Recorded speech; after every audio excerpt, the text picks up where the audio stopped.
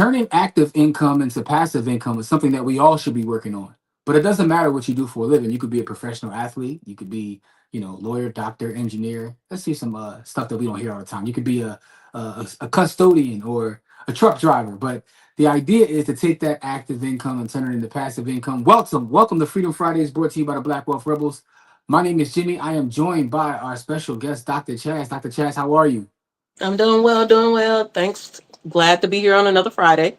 Absolutely. So Corey should be here in a second. Kamari is running around getting the keys and all the last minute things for our Saturday school tomorrow. For those who don't know, tomorrow, October 4th, is the first Saturday of our Saturday school. Something that we're adding on to the work that we do in the community. We'll be at, for those in Philadelphia, we'll be at 108 East Price Street at Faith Chapel Church, playing games, teaching finance, and feeding the youth. That's kind of our thing and what we do. So look forward for those that can make it. We'll see you tomorrow. For those that are in different cities, like, look, highlight us, man. Let's set up a Saturday school in your city. That's what we're trying to do, is get this work done. Like I said, Corey will be in a second, but Chance is here. Chance, how was your week? It was good, always hitting up Spy. Been working on my channel. I appreciate you sending me that clip. I was immediately like, oh, I need to chop that up. And you sent it right over, like Oh tagging yeah, me oh in it. So I yeah, was oh yeah. excited about it.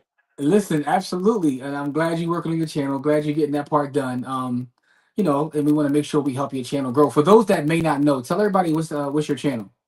It's KBBB Consult. So it's my business, Know Better, Do Better Consults. It's just the abbreviation. So I'm just Mhm. bringing more people knowledge about charting, trading, more active. I'm not gonna read off on no slide, and I don't have any notes and stuff like that. We're just getting straight busy on the charts.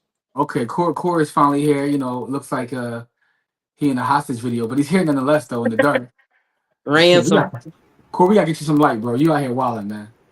All right, listen, man. We gonna solve that issue. I've been doing everything else besides that. This So yeah, this week has been absolutely crazy with the camp and everything that's going on. This week has been absolutely crazy, but I'm looking forward to it. I'm super excited about it. It's going to be the first, in many, hopefully.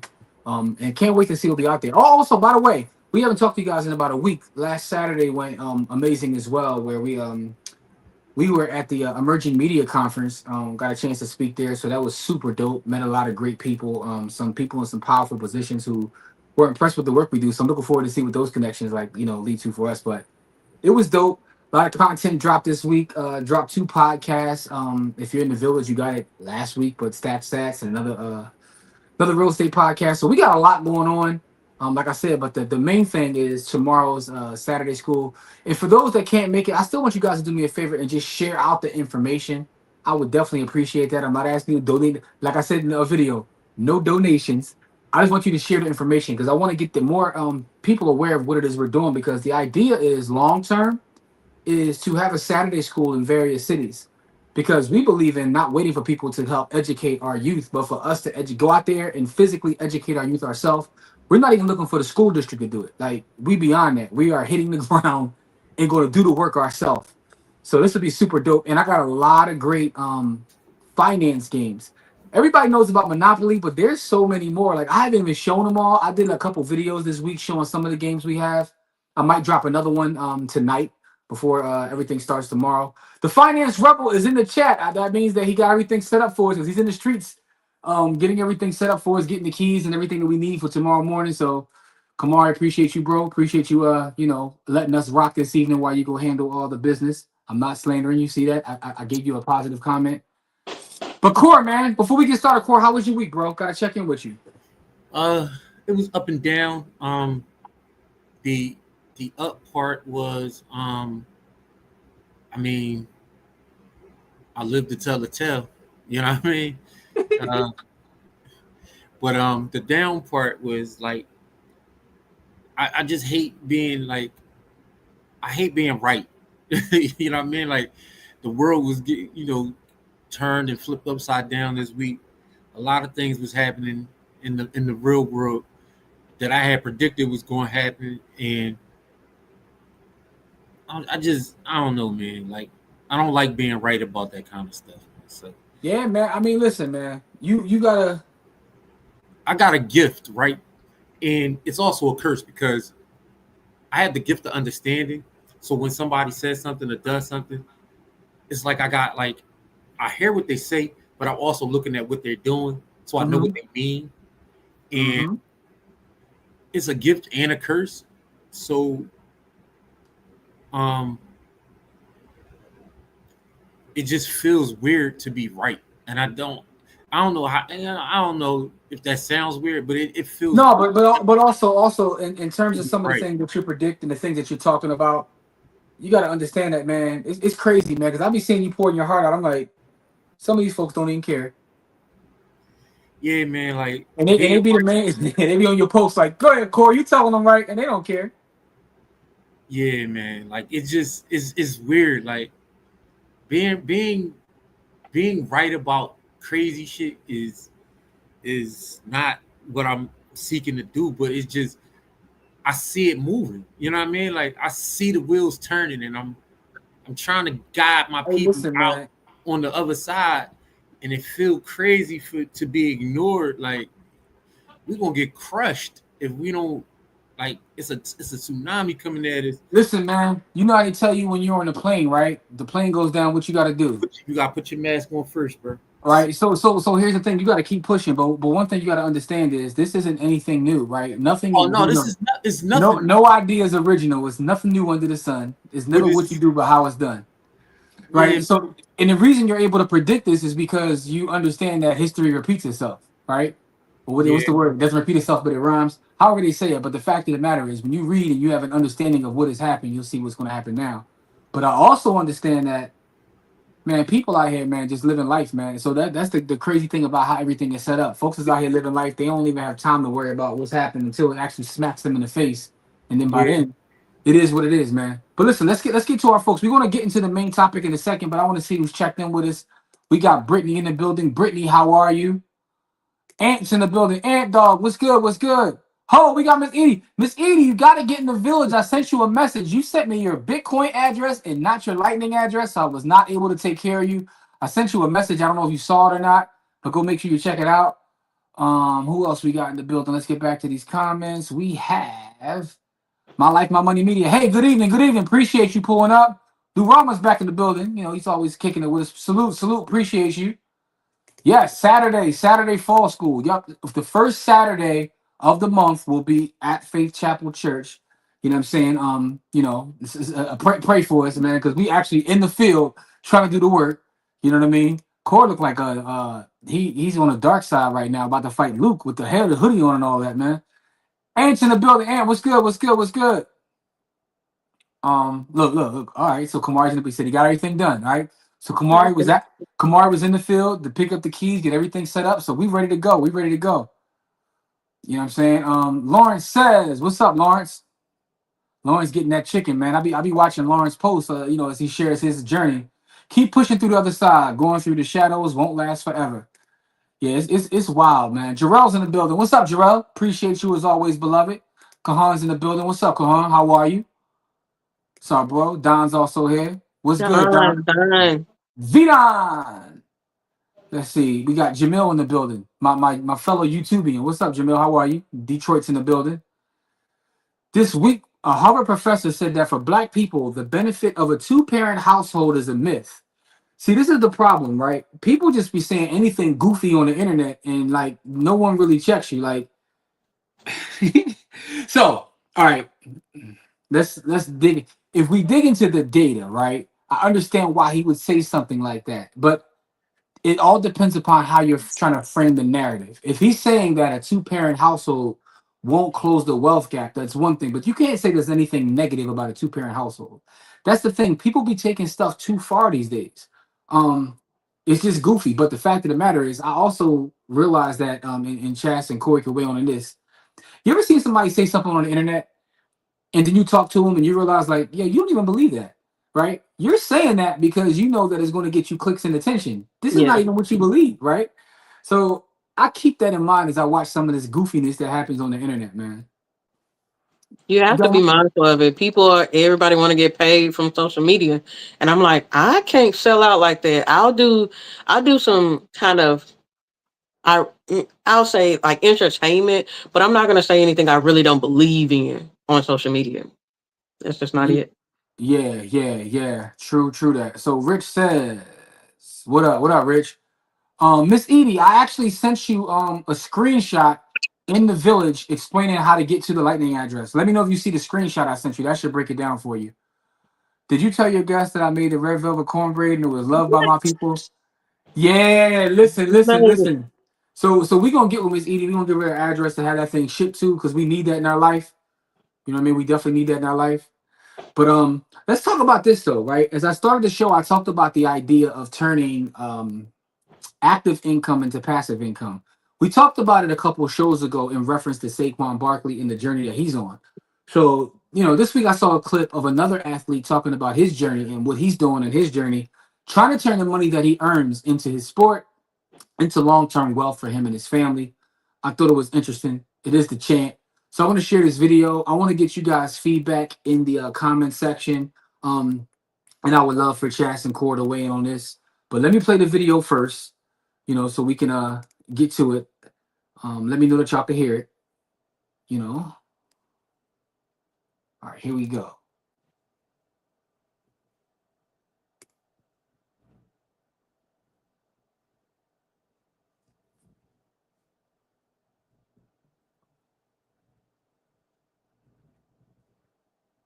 Don't I will have no idea what's going on with YouTube right now. Yeah, it YouTube was is just crazy. working.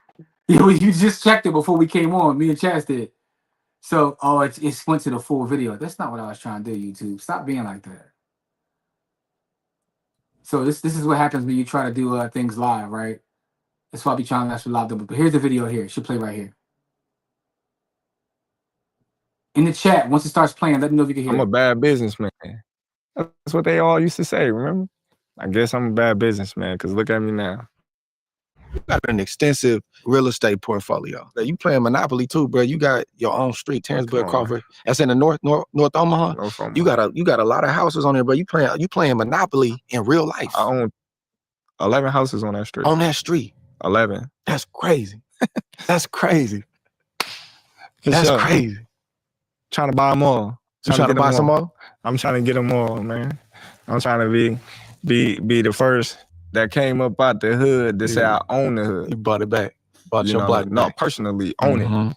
How can I call this my neighborhood if I don't own a house? Yeah. I was blessed a long time ago to invest my money the right way and, put it in the right, portfolios and, 401k, this is everything, trust funds, all that stuff. I can just say I'm blessed. Man, you breaking generational curses. For sure. It's powerful. The thing is, and in the words of all the PBC followers and fans, I'm a bad businessman. That's what they all used to say, remember? I should have just took the 70-30. I should have just took what Spence got me. I guess I'm a bad businessman because look at me now. Yeah, so that's the champ. Talking about turning the money that he makes into boxing, right? So he makes a lot of money in boxing, millions. And his goal long term is to turn that into, real wealth by putting it into the neighborhood that he comes from, amongst other things, right? Yo, Corey, you definitely looking like a Darth Vader right now, bro. And I remember he did an interview on EYL. It was a couple years ago, and he talked about just his real estate portfolio. He owns warehouses, a boxing gym, several single-family homes, a couple apartment complexes. But he is taking the money he makes. He keeps it real low-key, and he makes his bread, and he invests, and, his woman works with him, and they get to it. So what do you guys think about that quick clip from the champ? Like, what can you take from that in your life? We don't box. I don't box. Let me speak for myself. I don't box. But what can you take from that in your life? Chas, let me start with you, though. What do you think, about that specific clip? I think it was a smart move. Buying back the block is different from everybody where they're from. Me being from Memphis, I don't want to go back, and it's kind of hard for people who make it out to go back and buy up the community and still feel welcome or safe. So for him to be able to go back to his community, buy it up, and still feel safe there, that's a blessing. And the passive income, like you say, that's a big thing. His family will always be taken care of because you're not going to box forever. You're not going to play football forever. What was it? Tyreek Hill that just got injured. He probably won't play anymore. So, you got to think about what's going to happen when you can no longer do the thing that you're doing. Yeah. That's true. Corey, let me. I don't know what's going to show on the screen as dark as it is over there, but what you got? What you got about that clip, bro? I think Terence Crawford is he on his LeBron James game. Like I think LeBron was like the architect for them. Like, all right, you know what I mean? Like, let's get this money in a couple different ways, but let's be smart about it. I think his the way he's moving in the real estate game is the same way he moved in the boxing game. It's like the way he came up, the way he did his thing. He's using those same, tactics in his regular business. So, you know what I mean? Yeah. Much love and peace to that man. You know what I mean? Like, all right, because it takes discipline and studying and all of that kind of stuff to be a great boxer. So he just transferred that to his business game, and I'm proud of him for doing that, man. Yo, I'm. It's interesting you say that, right? Because when I think about his journey as a boxer, it wasn't like just like he went through the grind, right? He earned that, built it brick by brick, and he worked his way, and up until this last fight, a lot of people still didn't believe in him, right? So it's interesting to say that because I've seen interviews with him in the finance space throughout the years, and to your point, you just said this, and I'm just repeating what you said, but saying it in a different way. He's not been in a rush. He's bought a couple properties here, a couple properties there. When I watched a couple interviews, he did one. I forgot what platform it is, but I know he did another one on EYL where he talked about even before that interview, he had just closed on something, and he was closing on something after his next fight. This one was after the most recent fight, but even leading up to the fight, you watch him and he's talking about buying things. So he's like, what I want, not a flash in the pan. He's buying it slowly but surely. And I think a lot of times when I talk to people, they're in a rush. And one of the benefits he has is another interview on YouTube where you see him speaking with Warren Buffett. Warren Buffett obviously is also from Omaha and has taken a liking to him, is a fan. So he always picks his brain. He has access to that, being the champ. Whoa, he actually rushed back and got on. Like this is a dedicated brother right here. What's up, Kamari?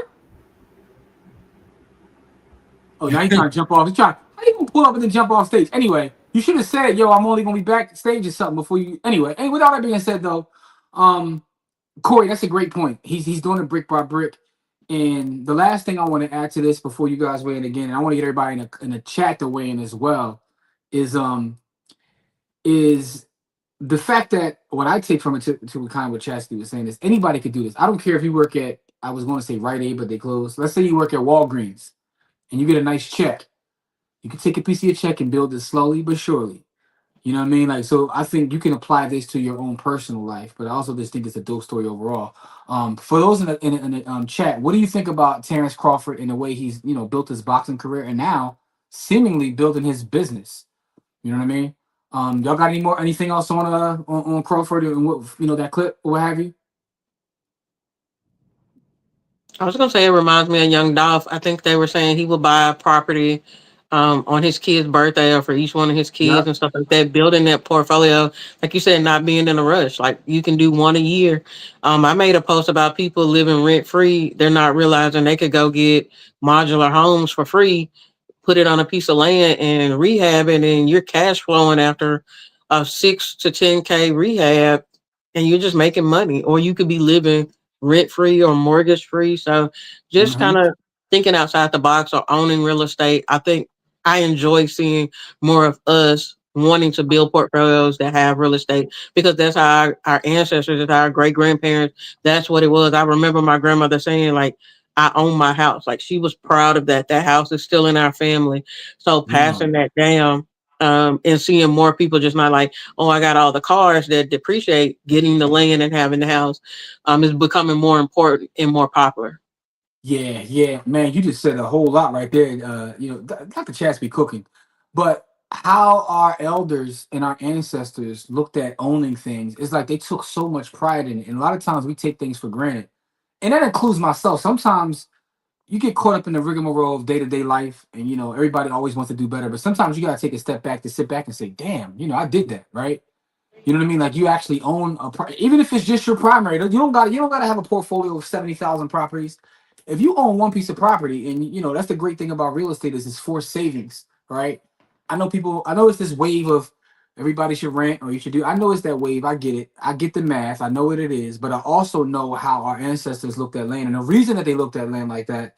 Um, and sometimes you got to take a step back and just like, man, I own a property in this country, which is, it's going to have value. It's like parking money.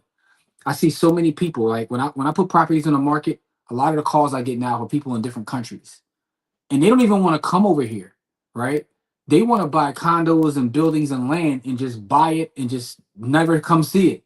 They just want to park it there because it's better than leaving it in the bank wherever they're from.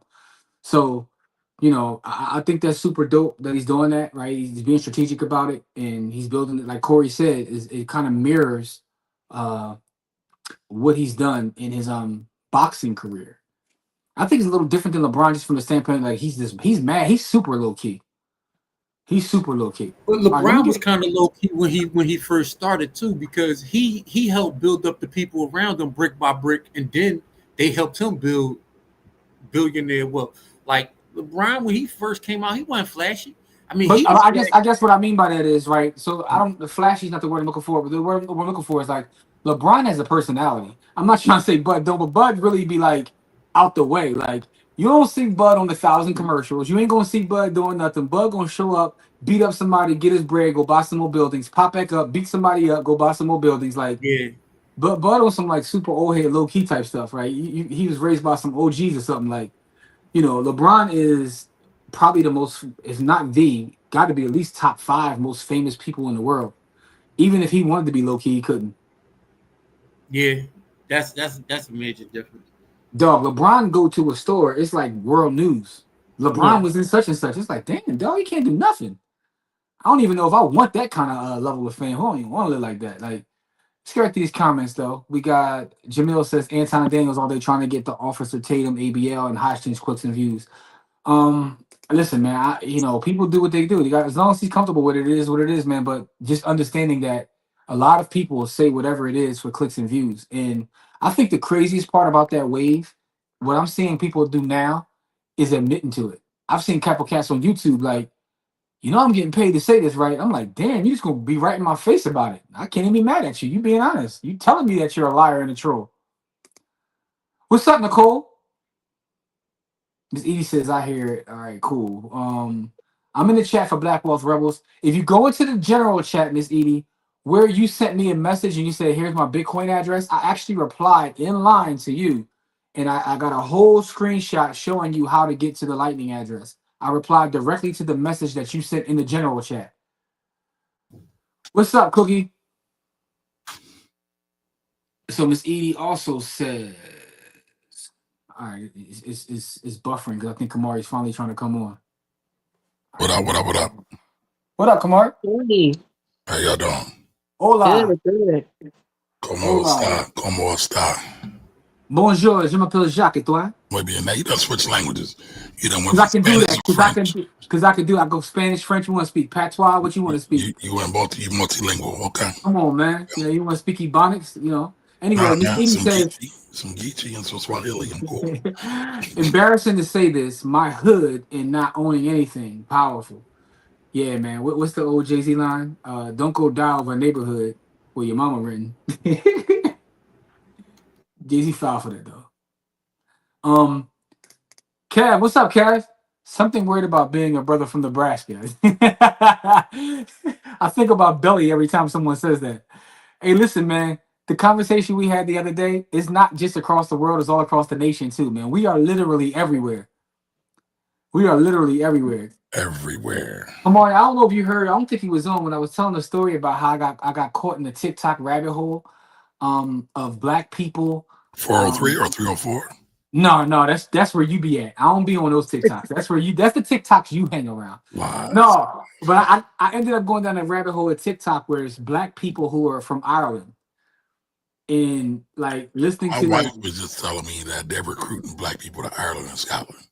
But there's a bunch of black folks in Ireland, and when you hear them talk and you see their visual, they're like darker than me. They're like, Yeah, like I've seen some of them.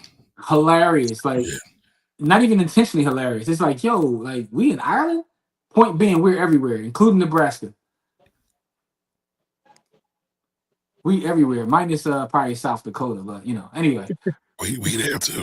We there Yeah. too. I ain't never met no. I've met black folks from Oklahoma. I've met black folks from obviously Mississippi, but I met black folks from like pretty much all of the states. But I don't think I've ever met a black person from any of the Dakotas, and I think that might be it. You know a black person from Dakota? Well, I had clients in South Dakota before, but there's black people everywhere. You got clients in South Dakota. I don't have. This boy getting money. You hear that, Core? Nah, man. No, I just help my people everywhere they are. That's All all. right. So Jarrell says Crawford is that guy. He believed in himself, even with the naysayers saying otherwise. Also, this is great that he invested back into himself and where he's from. Slow and steady wins the race. That last part is everything, man. Slow and steady wins the race. Slow and steady wins the race. I shared with Kamari the other day. I know he probably didn't listen to it yet, but there's a great Business Movers episode about Conrad Hilton. Well, not episode, series. Oh, I'm on it. I done got the Wondery app and everything. Okay. You got the Wondery Plus? I guess that's what it is. All right, Wondery. welcome, man. I'm a Wondery Plus subscriber too. But anywho, in listening to his story, right? So when we come along, Hilton is Hilton, right?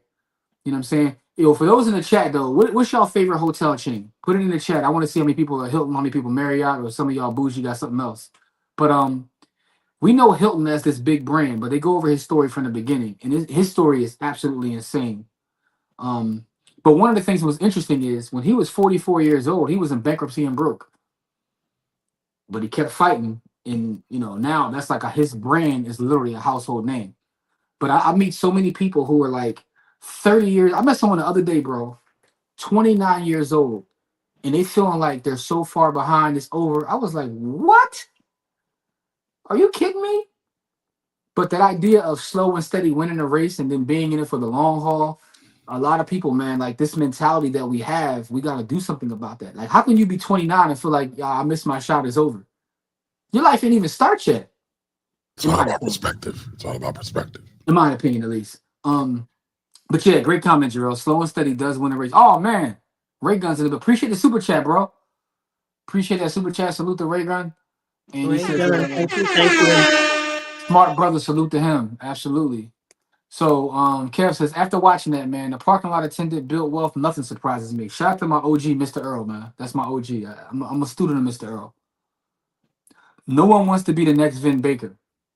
So I get that Vin Baker got messed up with a lot of the went broke. And I think he lost some money in real estate as well. But the thing about a lot of these athletes now is they have a different understanding. I think they're standing on the shoulders of all those that did go broke. Sad to say that folks had to go broke. Who was it that owned all those properties in Chicago that was a ball player and then his friends was robbing him? Antoine Walker. That's it, Antoine Walker. That's it. He was trying to do the right thing, but he wasn't hiring professionals. He was hiring his homies, and it was leaving the joints abandoned, run down.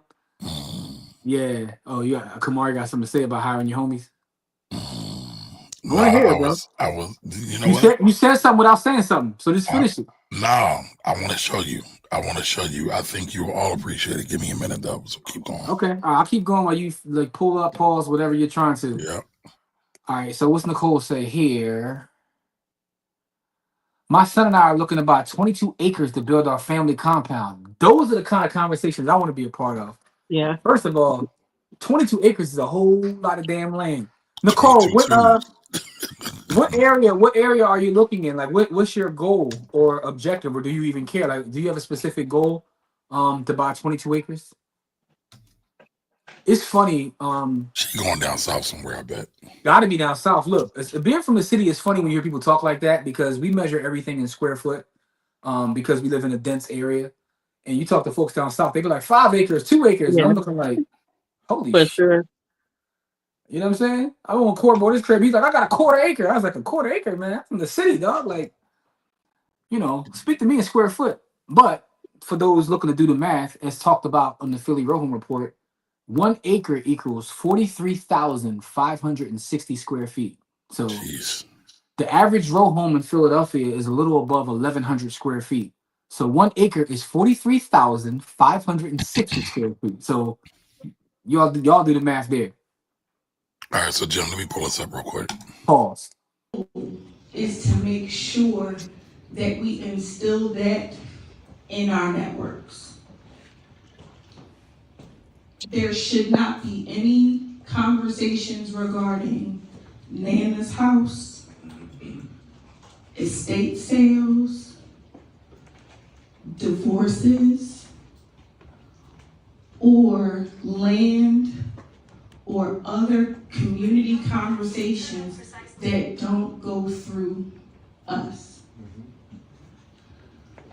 With our relationships and the fact that Native Philadelphians, networks, organizations, resources, business owners, faith leaders, attorneys, everybody in here, we can make sure that our dollar spends 6 times before it leaves our community.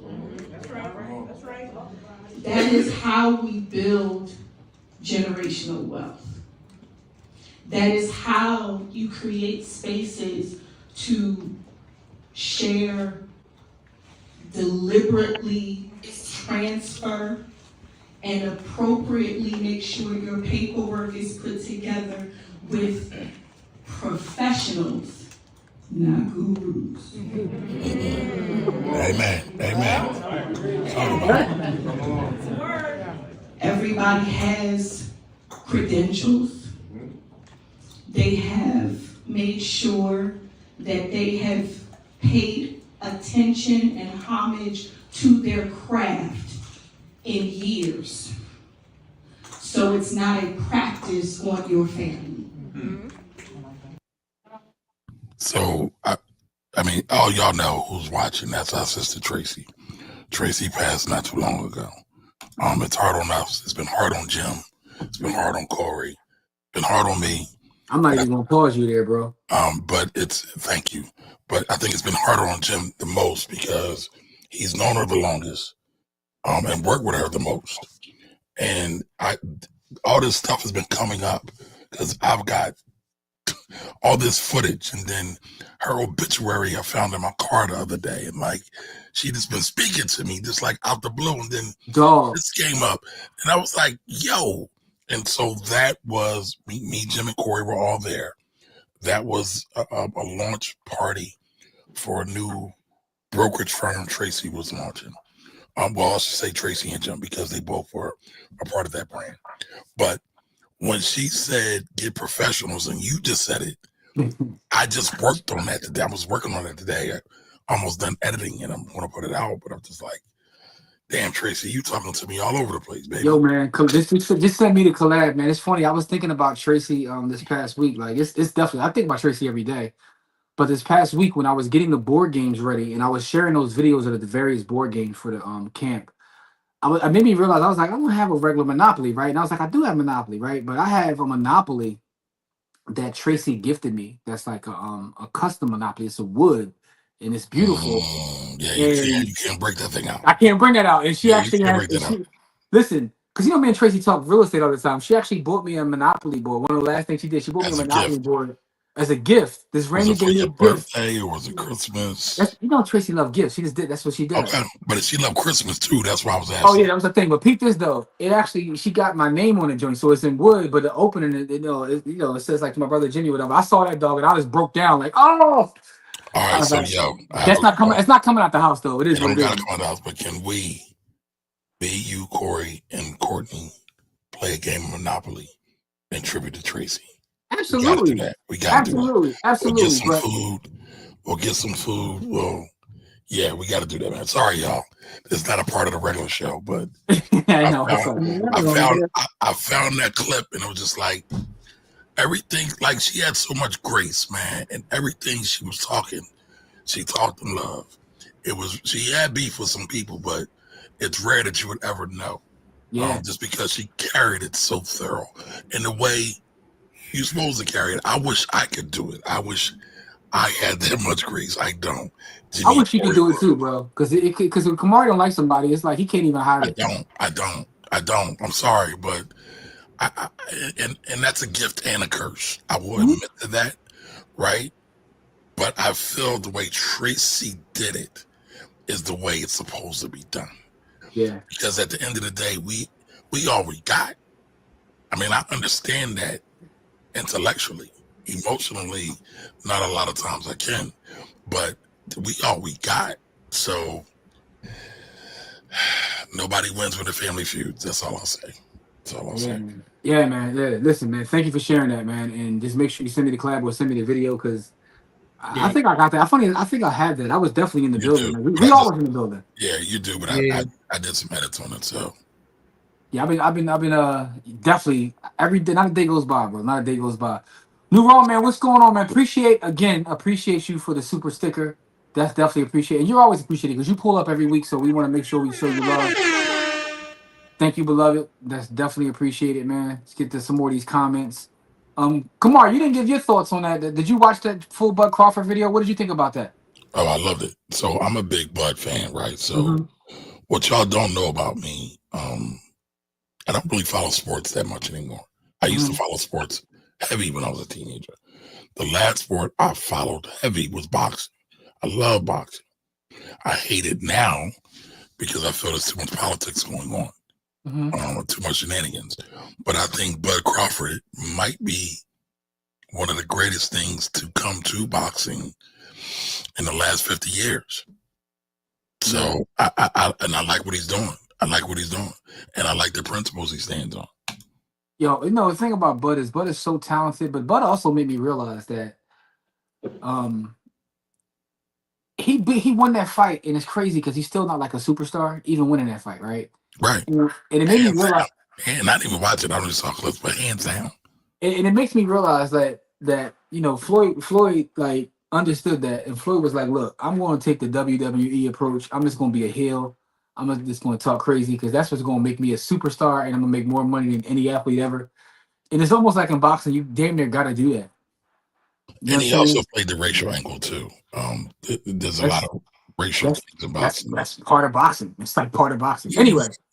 Yeah, but you don't get that meaning you don't get to Mayweather's level if you just fight only black boxers. You gotta have the racial component to go to the next level, in my opinion. I think honestly, this might turn to a whole different show. I think that goes across sports. I think when sports, even leagues, right? If you study the history of the NBA, they really didn't get to their revenue. It wasn't Jordan. It was when Magic and Bird came, and they can do that juxtaposition, and they literally saved the league. Look at the renaissance the WNBA is going through. What do you think is part of that? Recent old girl. So to me, this goes across. No, that's a part of American sports. I will give you that. Because think about it, at its core, people like to root for their own. I mean, I get it. I totally get it. And when you see, like Alvarez fight, his folks are behind him. He's like a superstar. They love him. Like, I get it. So I get it. Anyway, Nicole says, I think it's great because a lot of real estate is owned by people that do not live in the States. They are just collecting the rent money. This is absolutely true. Absolutely true. Because they understand the value of property here because of the laws that protect property rights.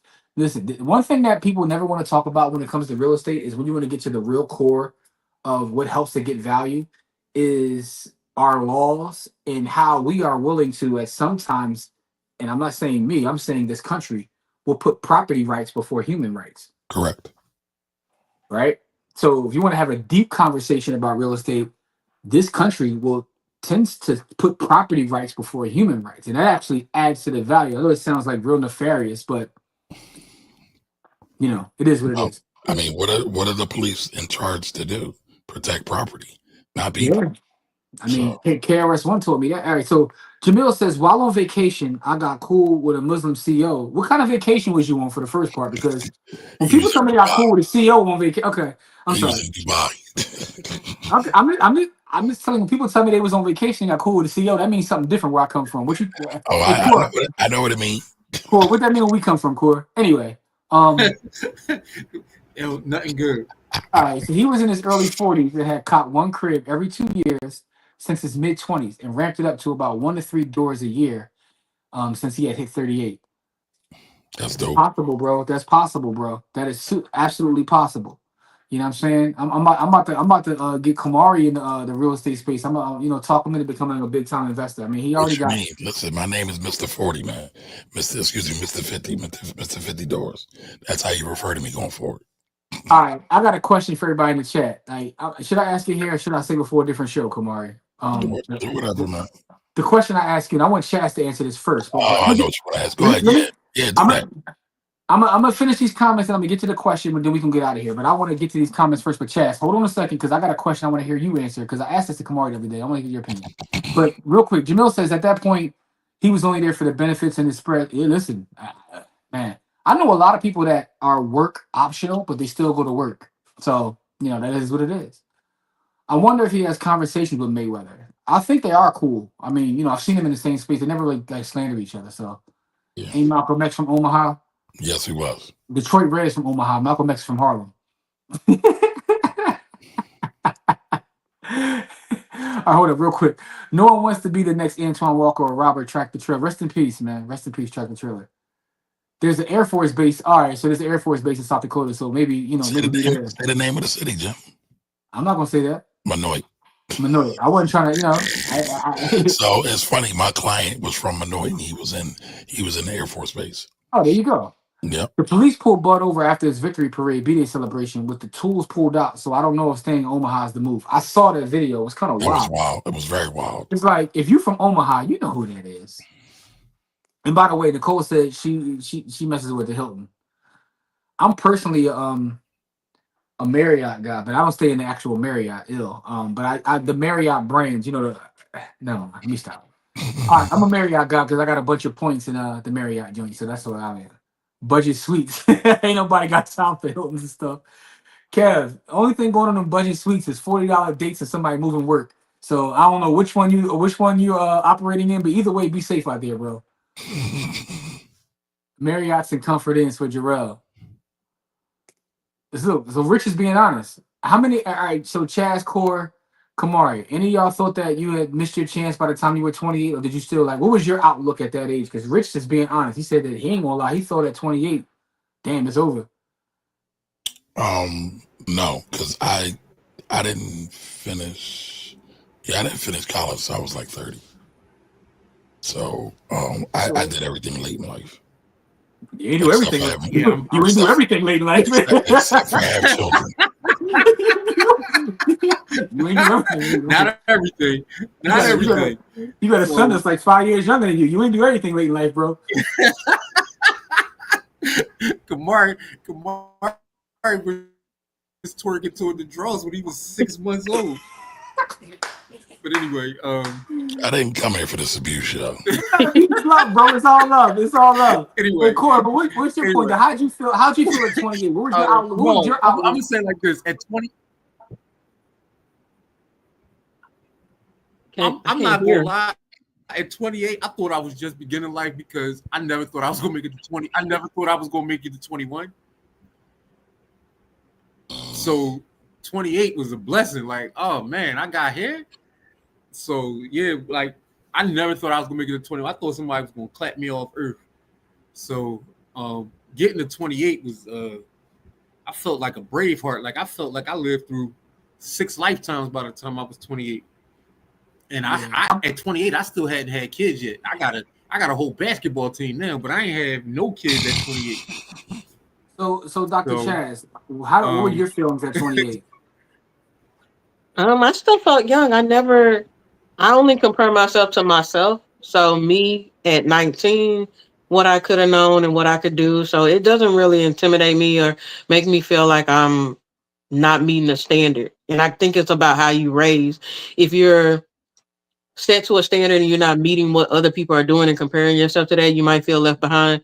But my family never compared me to other people. So it was just a standard I set for myself. So if I didn't meet a goal that I wanted, I would feel behind. But as long as I'm on par for whatever my calendar looks like, I'm fine with it. Let me ask you a question. Were you always that way, or because I listen, I'm that way now, but if I'm being honest, I wasn't always that way. I didn't get that at that age. I get it now, but I didn't get it then. Have you always been that way? Yeah. And it comes from like stemming from being the only child and being raised by young Ah, parents. okay, okay. Me and my siblings are 10 years apart, so my parents, to me and my parents were raised together by my grandparents. So if I Gotcha. really wanted something, I would go to my grandparents and say, hey, like I asked to go to Costa Rica. This was when the white chick was missing in Aruba or something. They was like, heck no, you're not going to Costa Rica for no 2-week trip. You're not coming back. And I was like, I had to really go and like, look, the school gonna pay for it.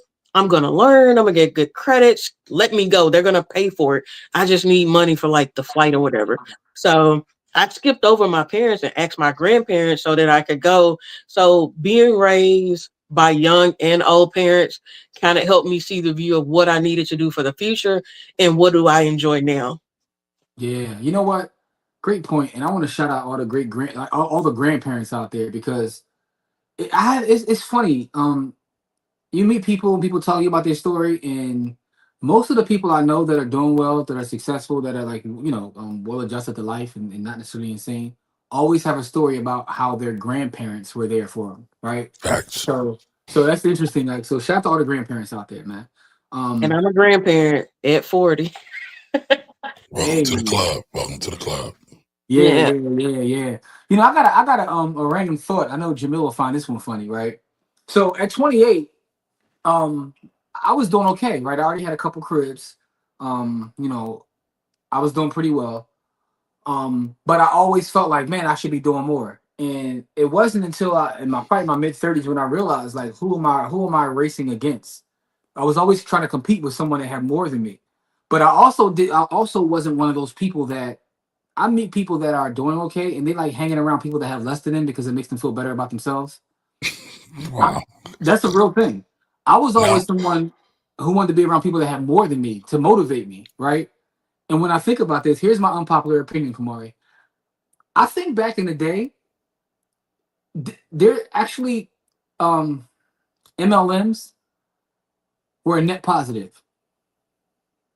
we can say that for another show. We can say that for another show. But let me tell you why, right? No, I already know why, right? You get with a group of people that are trying to do something positive, right? Yes. No matter what the base of it is and all that, you're reading books, you're talking positive talk, you're changing your environment. I get it. I think MLMs literally gave me a leg up on people. Although, like everybody else, I never got rich in the MLM. I even made it to the top like level on certain joints. I never got rich in the MLMs. But what MLMs did do is it exposed me to all kinds of business books and the mentality that I carried with me when I realized like this is all trash and I'm never doing MLM again. So y'all can get out my inbox. People still be trying to recruit me. But I'm never doing one again. But what I will say is I did get exposed to a lot of business books, a lot of ideas and concepts. Why you should master accounting, like all those kind of things came from. Anyway, that's the whole of the show. Like you said, Kamari, our MLM's a net positive. Our MLM's a scam. That's the show title. Yeah. I see SEO Kamari working right now. I got you. Embassy has the best custom made to order omelets. Marriott has the best service. Okay, so Jamil was spending time in hotels on the road. I see that. Jimmy, I also think it's if you're competitive. Some people who are natural born Mm, competitors and like to win, like to do more and see them being in a higher spot. So I never was like a basketball type competitor mhm. athlete, but in academia and in band, that was something I was competitive in. So it kind of like the competitive nature is what brings people to be like, oh, I should be better. Oh, this person has 5 or this person has whatever. And we start comparison and not as what they have is greater than mine, but I'm in competition. Let me get more. Yeah, that's true too. That's true too. But they say comparison is a thief of joy, and sometimes it's like really just running your own race. What you said about like I'm in competition with my old self, I think that was powerful, and I think that if more of us felt that way, we'd be better off. Kev said, But "Common is guilty." I think to Doc's point though, right? If you look at some of the greatest environments, we talked about the Bulls earlier, right? Mm-hmm, They were all in competition with each other. mm-hmm. And with the Bulls, it might have not been the most healthiest, but there was some kind of competition there to push them all forward. Mhm. So, competition can be a good thing. Yeah, I mean, competition is none. I revolve around. Sorry. Anyway, Kev says that Right. Common is low key building a quiet empire. I was thinking about Common earlier, Pauls, because Empire with who? Never because mind. the anniversary of the Million Man March is coming up, and every time I think about that, I think of Common because when I was at the Million Man March, I was standing next to him the whole time, and at the time, a lot of folks didn't even know who he was. This is back when Common used to wear a kufi, by the way. But Can I tell you I got left at the Million Man March? You got what? I got left. Damn. I did it intentionally though. The bus from Philly wanted to leave before the minister finished. I'm like, I didn't come way down here not to see the minister talk. Sorry. No, I'll take the train back. I took the train back, paid for it. Yeah, that was a interesting time. That was like 95, right? So it was right before I went to school. But anyway, Rory Mari, I see you out there getting to it. Those bathrooms coming together. Yo, did y'all see the towel? Jarrell, tell me you saw the towel. It's the towel, baby. Listen, I told you Rory Mari getting money, man. That towel got to be like some Peruvian special towel imported from somewhere. Listen, man, like I said, call me Mr. 50 Doors. Liz is in it. Liz is in the joint. She's gonna help me get it all together. So yeah, that's my new goal, 50 Doors. I know you got a question to ask them. The towel. I got my toilets are in now, my tubs in now. Yeah, we almost there. Almost there. Whoa. I have a half acre in Vegas. Kev, let me hold a couple of islands, bro. A half acre in Vegas. Vegas is killing it right now. Vegas, man. Y'all doing y'all thing over there. All right, so Nicole says Georgia. She wants to her big piece of land, 22 acres in Georgia. Whoa, what's going on? 22 acres in Georgia. My son will have his home in the front. My husband and I will have a home in the back. We found land with a pond on it. Of course, we will have our honeybees, chickens, and goats. We will grow our own food. My goal is to help my family have land, and we can provide our own food. That's dope. Super dope. A family compound. Super dope. Honestly, that should be the goal for like I got a homeboy who got 50 acres outside of DC. And that's what they're all about. Sheesh. Yep, right outside of DC. All right, I gotta get online. I don't go to the internet. I gotta find me some acres. Just so I can say I got 50 acres, man. Y'all drawing. Anyway, a lot of 6S I know down here grab a few acres and throw up double wides and prefabs for them. The adult children and Meemaw and people. And it ain't like they working with super bread. What did they go for down there, Jamil, if you don't mind me asking? I always bring up Mitchell Lane, but my pops put me on games since I was 8 years old. Buy real estate they don't make anymore. Hey man, Mark Twain said that. He gave you Mark Twain used to drop bars too. R.I.P. Big Mitchell. Rest in peace. Mitchell Lane, the OG. Long live Tracy. Absolutely. Long live Tracy. Yeah. Kamari has never been able to hide it if he doesn't like anyone, right? Even if he tries to hide it, he has That's not true. His face is in a way. I'm cordial to everybody. I just tell the truth, man. Or the truth how I see it. Straight hustler, no formal education. That Joker paid attention to. Hey, listen, man. If you ain't going to listen, there's one thing you gotta pay is attention. Pacquiao versus Mayweather was the last great fight in the beginning to mediocrity at the same time. See, I think that was the beginning of mediocrity. Like you, I didn't know that fight was great because I thought they fought it so like they waited so long to fight that I don't know if the fight was great, but work optional gang. I hear you, Don. Don is work optional now. Like Don got that chicken. What's up, Southern? How are you? Did you see my post, Jimmy, where I said the difference between being unemployable and unemployed? Because a lot of people think entrepreneurs are just unemployable, but that means they have no skills. And I'm like, no, entrepreneurs are unemployed because they don't want to go work for other people. They miss that part of it. And I hate to see entrepreneurs that are doing well and they say, I'm unemployable. I'm like, you, by definition, that's not you. You're just unemployed, but we have such a stigma against being unemployed. It's like, oh, you unemployed, you broke or something. Like, know the definition of the term. But the mindset of being unemployable, like I'm kind of unemployable, right? And it's not about skills. It's really about a mindset. It's really about being able to go somewhere. For example, I'll share this story. I was doing a contract with Ernst & Young, big 6 accounting firm. The whole time I'm there, I'm making probably some of the best money I've ever made in my life. I'm worrying about my clients and my people and my business. I could give a damn about what their hourly rate was. So it's hard. It's hard. It can be really hard at times. That's what she said. But yo, I think also part of it. But I think, and that's the thing about it. This was an interesting conversation because online everyone talks about like I'm on, like to Dr. Chaz, if I'm unemployable, I'm this, that, and the third. And most of the, all right, let's be honest. Most of the entrepreneurs I know, they ain't making more than some of the people I know that got jobs. Right. Maybe, It's not about that. And listen, but let me finish what I was saying. But what I was if I saying had is, Jimmy's job, I would leave my job, my business in a heartbeat. listen, I structured my life in a way that makes my life beautiful. But what I will say is this: the point I was trying to make, Kamari, is like a lot of them that I talk to, they just can't. Even though they're not, like, every entrepreneur is not making 6-7 figures, right? They're not. But I know some entrepreneurs that probably only make like 50K, 45K, but they'd rather make 45, 50K working for themselves. They just can't do the other thing. Correct.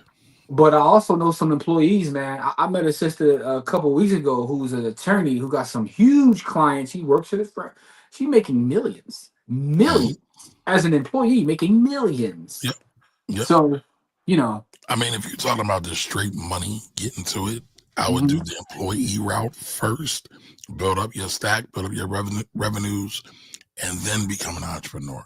Crazy But part is, man, I agree with that. that's not sexy. the cheat code used to be get you one of them great federal jobs and then hustle on the side, but that's kind of been ruined this past week, hasn't it? Yeah, For sure. That good government job. Don't leave your good government job. I know a lot of folks that hit millionaire status by getting the Fed job in the DMV and buying a couple properties and do a little side business, and a lot of them got to it. But yeah, Nicole says all my points are with the Hilton brand.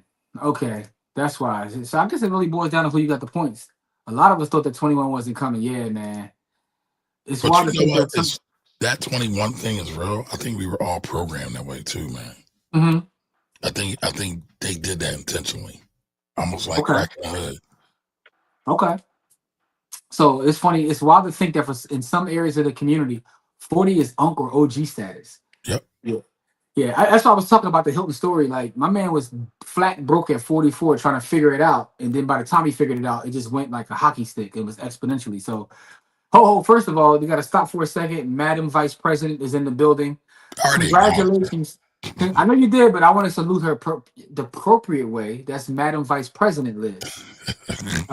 Liz is elected to Vice President of the National Association of Real Estate Brokers. Oh, I didn't know that. Okay. Hold on. Congratulations. I didn't know and that. For those who don't know, that is an organization in the real estate space dedicated to Black realtors and brokers. As you know, so if you do the history, NAREB has an amazing history. At a time where we weren't able to join the traditional association to be realtors or, the thing, we created our own. And that organization still exists, which is NAREB, the National Association of Real Estate Brokers. So instead of being called a realtor, you were called a realtist. And that was something that was for us and by us. And that organization still exists to this day. In their history, they were on the front lines of pretty much every struggle, like specifically around the property. So, but their current Vice President is in the building with us. What's up, Liz? That's my sister as well, man. I definitely appreciate Liz. Absolutely. Corey, Jimmy, I got a question. Do you think you could have a compound, you and Kamari, a compound with your family? Like, I like my family, but I don't like people like that. So I couldn't do it. So it's funny, right? One of my dreams is I want to build a neighborhood for me and my homies and some of my family. So yes, I could do that. That's part of the reason why I'm not shifting, but I'm going to embrace real estate. Is for the legacy part too, with family. So I could do it. I absolutely could do it. And I do believe more of us need to do that because there's strength in numbers. Because these folks is wilding. So that's a great question, Dr. Chaz. And I would say some folks yes, some folks no. But I also have this thing that I've been talking about lately, that when I say family, I don't always mean relatives, right? So to Kamari's point, and shout out to my brother Byron Woodson, who's a genius, by the way, true genius. He wrote a book called Weaving Networks. It's a personal friend of mine, but he is literally a true genius. But he's talked about this for 25, 30 years, about the idea of, he thought that a lot of the ills that we face will be fixed if we just all moved together with like-minded folks. And he actually tried to implement it, but the problem he was having is he was trying to get everybody to come where he was. Pause. But no, but I think I could, just not everybody. Just not everybody. You know, everybody can't come, as they say. Pause that too.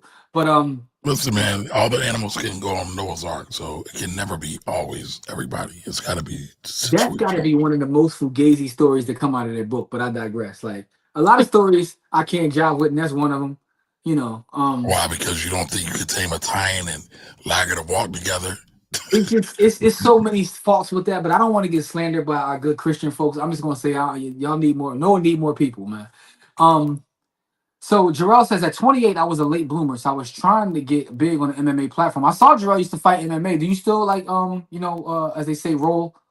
That's what we say in the culture, Kamari. Oh, you're in the culture? I used to be not an MMA fighter. I used to cover MMA. I got a Forrest Gumpy in life, bro. Okay. My grandpa. But you didn't get the cauliflower ear. No, because I Okay. didn't roll. So you wasn't really in the culture. Not like that. My grandpa is the blueprint. Retired, house paid off, and the pension coming in, and money in the bank. Hey, listen, There you go. That's the blueprint right there. That's called living life. Yeah. That's called living life. That's like the old head dream. My mama was a grandparent at 38. Full disclosure, she had me at 13 though. Listen, you are your own competition. These are super facts. 28, I had that Big Bird dog, MLM, ADT, door knocking, DVD, and sock selling hustle mentality. But here's the other part. But zero financial discipline. I was seeking mentors, but didn't know how to be a good student. Ooh, that's something we don't talk about a lot. Everybody talks about getting a mentor, but what does it mean to be a good student? See, look, I might be onto something about an MLM. See, it's an unpopular opinion, but I might be onto something.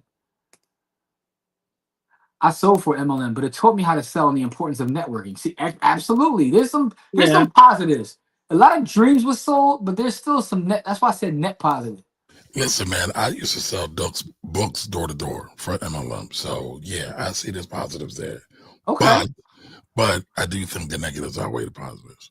Okay, so that's the debate right there. I even think like the discipline to make it to the weekly meeting, that was something there too. Like, yep.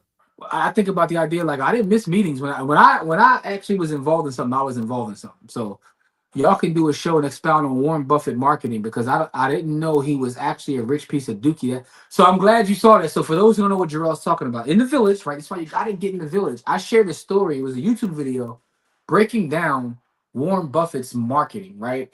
Everyone believes this whole image of like it's like the smart wise old grandpa who harms no one. But when you actually pull back the layers and read the actual stories and see some of the moves, it tells a little bit of a different story and how a lot of his image is crafted. It's not a bad thing because I mean it depends on how you look at it, but he's taking time and invested in crafting the image of the old grandpa. That Kumar, you realize that out of all the billionaires out there, right? He's the only billionaire in the world on record that has a positive approval rating. Yeah, I knew that for the most part.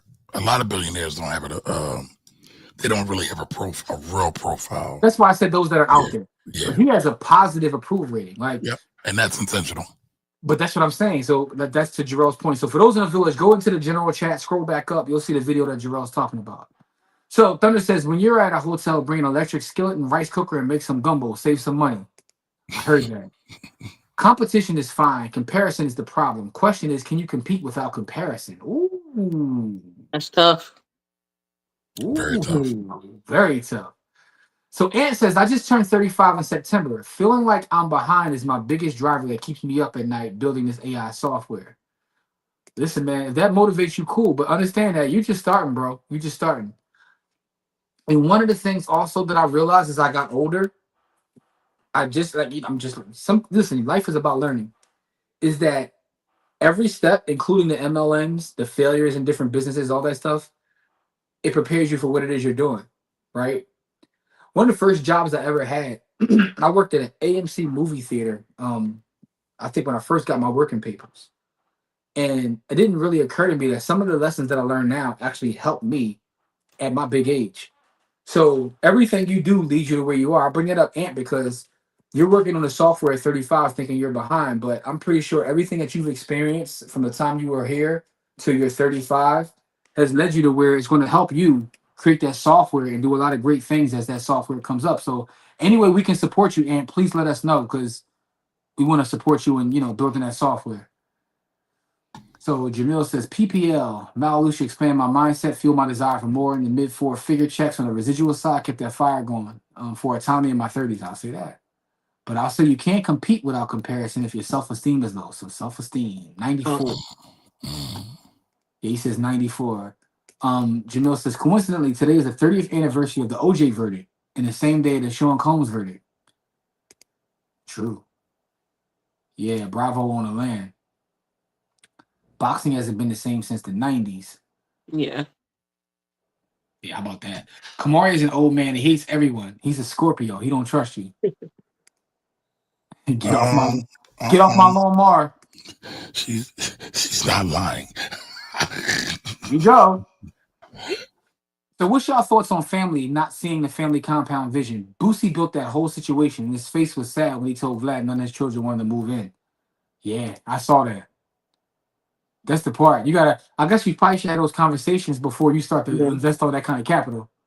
For sure. Yo, Ann says he's getting to that point now. He's only 9 months in his position.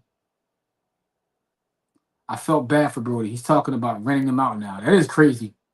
Did you see that video, Kamari? What video? It's a video of Boosie. It's on Vlad's channel. No, I didn't see that. He's walking him through this compound. He spent all his money on this beautiful compound, beautiful property, got buildings and everything for his family. And his family was like, we don't want to live there. Yeah. But can we not use Boosie as the model? Like, I love Boosie. I really do. But Boosie got a lot of toxic traits. It wasn't about him. It wasn't about him. I know, but it's all a part of it, right? If you want to have a compound and you want to share space with people, it needs to be positive energy. It's like that brother told me. The brother who I forgot the brother's name. He works in private funding or whatever. And we were having a conversation. He was like, the problem with a lot of entrepreneurs is you think your kids want your raggedy business. That's a fact. And you build the whole thing like my kid is going to take this over one day, whatever that may be. It could be Buy the Hood, it could be the Finance Rebel, it could be KBB. We assume that the next generation is going to want that, right? And a lot of times they just don't. I say that to say that Boosie is just an example of what he's talking about. Suppose that you build this family compound without having conversations, and your family's like, I don't even want to live in this state. It's possible. So Liz says that the good government job was purposely sabotaged. Now they need to sell their skills back to the government as contractors. The bag is still there. A lot of those jobs is going too. I know so many friends that municipal job gave me life, as Rich says. I met so many friends who didn't even recognize how much funding their private job had. They didn't even realize that the government was footing the bill for their private job. Yeah, I saw a lot of that over this last year. Well, it's not even a year. Especially in academia. Oh, let me clear it up, Liz. Let me clear it up. The Philadelphia chapter, not the national chapter. I don't want to get her in any trouble, but she's still the vice president, and Liz is still out here doing amazing work. And I told Liz yesterday, I said, I'm joining because of you. Listen, I'll follow Liz into a fire because Liz is about that life and about our people. So can I join, or since I'm not licensed? No, you can join. There's different levels of membership. There's membership for people who are realtors, but people who are like ancillary, like you're an accountant. So there's a whole tier for that too. Well, not accountant, but you are EAs, which is you big time. All right, let's see. So no, we don't do that here. It's Chala voice. So are we almost at the end of these comments, and then all right. So I just boxed to stay sharp, but building something for the fam is the main goal now. Not gonna lie, it was rough to come to terms with that beginning, but y'all I just appreciate that, Jarrell. Appreciate that. My man said I'll box to stay sharp. I heard that. Gotta let them hands fly. I don't think you really be drinking that Coke. Those sips look fake. Listen, that's marketing though, right? Ain't that his brand? That is his brand. How many shares does he own? Did he own? Listen, he said Warren-ish. I prefer Rihanna. I think we all prefer Rihanna. Rihanna is the truth. So Don wants to know, Kamari, are you joking about that, or you really have a new goal of 50 doors? Are you joking? Call me Mr. 50 Doors. Are you serious? I'm dead serious. Yo. Dead ass, bro. As a youngin' said. And you remember Malik was trolling me the other day, speaking of Mr. 50 Doors. He gonna call me talking about, yo, I see you lost some weight. I said, I told you over the last year I've been trying to lose weight. He said, all right. He said, from now on, he said, your name is Jim 500. So he kept Shout referring to out, me. shout out our brother Malik. He So called me the other day too, and yeah, he said, Kamar, congratulations on the Saturday school. I know you've been talking about that for like 2 decades. I said, yeah, now it's coming true. Hey, I don't know if you noticed this, but Malik registered for tomorrow, so he's supposed to be there. Are you serious? Look, he just registered this evening. I was nothing like, dog, you waited last minute. Well, he was telling me his son had something, because he keeps his kids active. So Yes, he does. That's dope. All right, so Kev says, Ant, I'm 58. I've started over 3 times. Keep getting it, young brother. There you go. Advice from Kev, man. Keep pushing forward, man. I needed them weekly hotel meetings for direction, purpose, and not to return to the streets when I left the mosque. There you go. So that's another net positive, Kamari. Kept him out of trouble by going to the weekly MLM meetings. Yeah, that's dope. No one wants to live with Boosie. His kids want to deal That's with true. Boosie a mess. The government is in a shake-up period, similar to what happened to the Clinton. It's all about resilience from attrition. I heard that. All right, so Lean Systems is an MLM. It's not a good model, though. Highly emotional churchy. You got people out here thinking you can beat the S&P selling scooters. Diamond Dave says we don't understand investments. As a people overall, we really don't.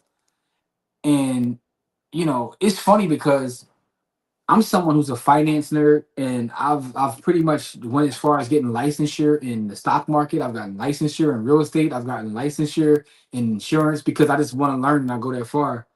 And sometimes I realize that everything I thought 10 years ago, I just no longer think. Because with experience and more study, you might see the world completely different. It doesn't mean that you were ignorant before, but what I realized is like I wasn't as smart as I thought I was. And then when you talk to other people, and that's another great point, Kamari. The market that we're in now and the environment we are in, like overall with the economy, is completely different than it was 10, 15 years ago. But Diamond Dave is always on to something, but he's absolutely true. Like some of us really don't understand what's going on. So Liz says, Kamari, there you go. All right, I'm there, Liz. Me and Kamari are joining. I'm joining. They got an event. Matter of fact, Kamari, go to the event on the 30th because I wanted to go, but I can't. I got invited as like an Illuminati meeting. So I'm not doing no blood sacrifices, Jim. So dog. When I show you this meeting that I got invited to, that's what you're gonna think. I got invited to a meeting on the 30th, but they're having another meeting for the realtors, like for NARAB. So you should go to that. Hold it down for us there, Kamari. Okay. Storm Leroy talks about having all his properties liquidated and transferred into the S&P and a dividend-paying trust because he ain't sure his children even want to have it, with them being landlords. I like a lot of Storm's content. I ain't gonna lie, I do. There's certain folks that talk real estate that I don't like, but he's one of the people I actually do like his content. I gotta check him out. I'm not familiar with his I don't agree with 100% of the stuff he says, but I don't agree with 100% of anything, including myself. So if I can't agree with 100% of myself, I'm never going to agree with somebody else. But I do like his content, though. It's like it's not a bunch of like trying to sell you dream stuff. So Dina says my first job was at McDonald's. I'll never forget my boss telling me not to be one of those people somebody always to tell you what to do. That was a blessing. So that's what I'm saying. Like she remembers something from her first job. All right, so we got Kamari 50 door Mar. 50 doors. Go ahead, Kamari. Congrats, brother. That's just 50. That's it. 50 door Mar. I was trying to think of a way to that's it. 50 door Mar. Thank you. 50 door Mar. Listen, just put the little, Yep. He said Jim 500 is hilarious. Y'all feel it? Malik is the king of slander too, yo. It's slander, but that's my bro. That's my bro. So I died laughing. And I don't think I died laughing because he kept calling me. So he texted me like Jim 500. I said, yo, you gotta chill, bro. Anyway, Liz says the way I live 6 lives since 33, my life has changed so much. And listen, it's in her name, medicine to mortgages. That's an entire story in itself. But 360 degrees. I just want a lot of our folks, specifically the folks that watch us, that kick it with us, that are in our village, to understand that, y'all can't be feeling like it's over in your mid-30s, or even like I told you, I talked to someone this week at 29 who felt like I missed my mark. It's all over. I'm like, yo, your life is just starting. And I was getting that perspective from, getting that information about Hilton and how broke he was at 44. And now his real estate brand is one of the biggest brands in the world. Crazy part is, in that, I know you didn't get to this part, Kamari, but they talk about when he first goes overseas, and one of the first Hiltons overseas was literally called the Paris Hilton. Oh, wow. I said, when we think about Paris Hilton, we think about something else. But anyway, she got low though. You see that she stopped embarrassing her family. She got real low with it. Yeah, they probably said they're gonna write it out of the will in the trust. Yeah, guess what she did? She was like, all right, I'm getting offline. I talked to an investment advisor. I don't know anything, and that's okay. Listen, you know to go get the information. You seen the passport to billionaire reveal? Have you thought about grabbing Derek Grace's in-home banking board game? It has real life urban situations for Jamil. I'm glad you brought that up. I forgot that he had a game. I know he was going crazy with during the pandemic. I gotta look it up. If you can, Jamil, send me the link where I can get it. I'm definitely copying it. I got so many finance games now that we gonna have a look. Our Saturday school is going to be revolutionary. In fact, our Saturday school is going to be so revolutionary today. I actually started getting scared with the thoughts of what we can actually do with this Saturday school. Just being honest with y'all, because we, I know Corey's not on now, but Corey is a master educator. We have the actual games that tie into everything that we teach is going to be culturally relevant. We are partnering with like one of the pastors that I respect. I don't respect a lot of pastors, but this brother, and he gives back to the community. In fact, for those who don't know, Faith Chapel has one of the biggest food banks uptown Philadelphia. Like, he gives away food all the time. Like, so this is the brother who's like giving us space. He doesn't charge us, he's giving us space to do this. So I'm really excited about that. He's not charging us, but we definitely want to sow a seed, though. Of course. Listen, man, that's how it is. Liz says we are creating more Black developers. Join and come through. So that's what the meeting is about on the 30th, Kamari. About creating more Black developers. I need you to pull up for that for the team. Listen, if Liz is there, I'm there. 50 door. I want you to go with a T-shirt that says 50 door Mar. Not a problem. So, and it's not a documentary; it's a podcast series. I'll share it. Matter of fact, if you're in the village, I'm gonna go to the general chat once we over. I'm gonna put the link to the podcast series. I'll put the Spotify and Apple joints. I'll personally listen to Pocket Cast, and I'm also a Wondery Plus subscriber. But I digress, because I'm a podcast nerd. All right, so welfare to work, lights getting shut off. Hustle. Listen, I got it. I know that. Life story. All right, so Dr. Chaz got to get out of here. But Dr. Chaz, before you go, I got one question for you. Would you rather have, and we probably gonna do a whole show on this in the real estate space? Would you rather have 40 doors or 10 paid off doors, or 40 doors but you still have you're still dealing with financing? Me, because I don't like people, I probably say the 10 paid off. Okay. Just for consolidation and management. Okay. All right. We're going to probably do a whole show. Matter of fact, we should do that next Friday. Come back on next Friday with Dr. We're going to talk about that. For those in the chat, though, would y'all rather have, because I want to get some idea of how y'all feel before we put a whole show together about this. Would you rather have 40 doors where you 50, still owe? 50 doors. It's 50 doors. It's 50? It's 50 and 10? We can make it 50. Yes, it started out as 50 and 10. All right, we can make it 50 then. 50 doors with financing or 10 paid off doors. 50 or 10. Dr. Chaz, thanks for your time. I know you got to go get the grandbabies. Thanks, you guys. Appreciate it. All right, Chaz. See you next week. For those in the chat, though, 50 or 10? 50 doors or 10 paid off? Let's see. I want 50. You want 50. I know you said that, and I said 10. That's how we got into this conversation. Yep. Our credit card balance transfer is a good decision. Thunder, great question. It depends upon what your goal is and what you're doing. To me, I use them all the time.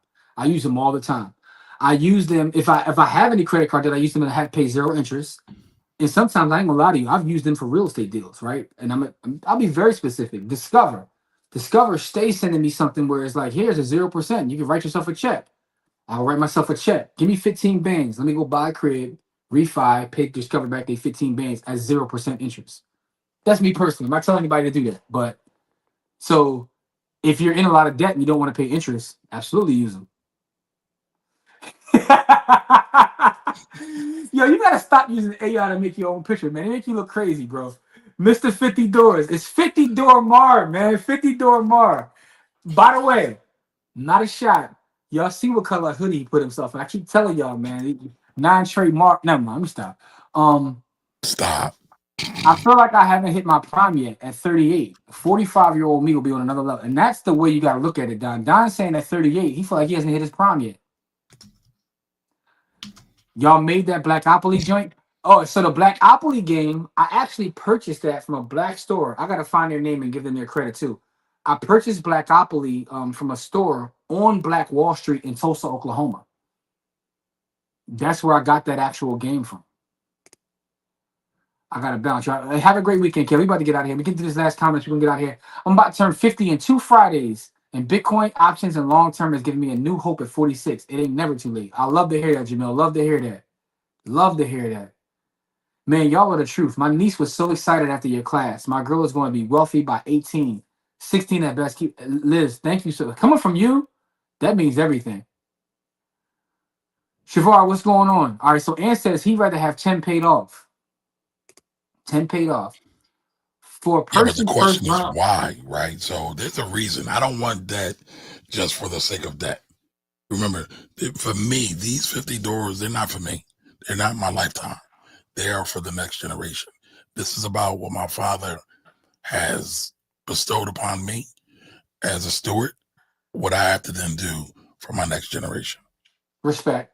But financially, if I'm saying right now, 10 would be the correct answer.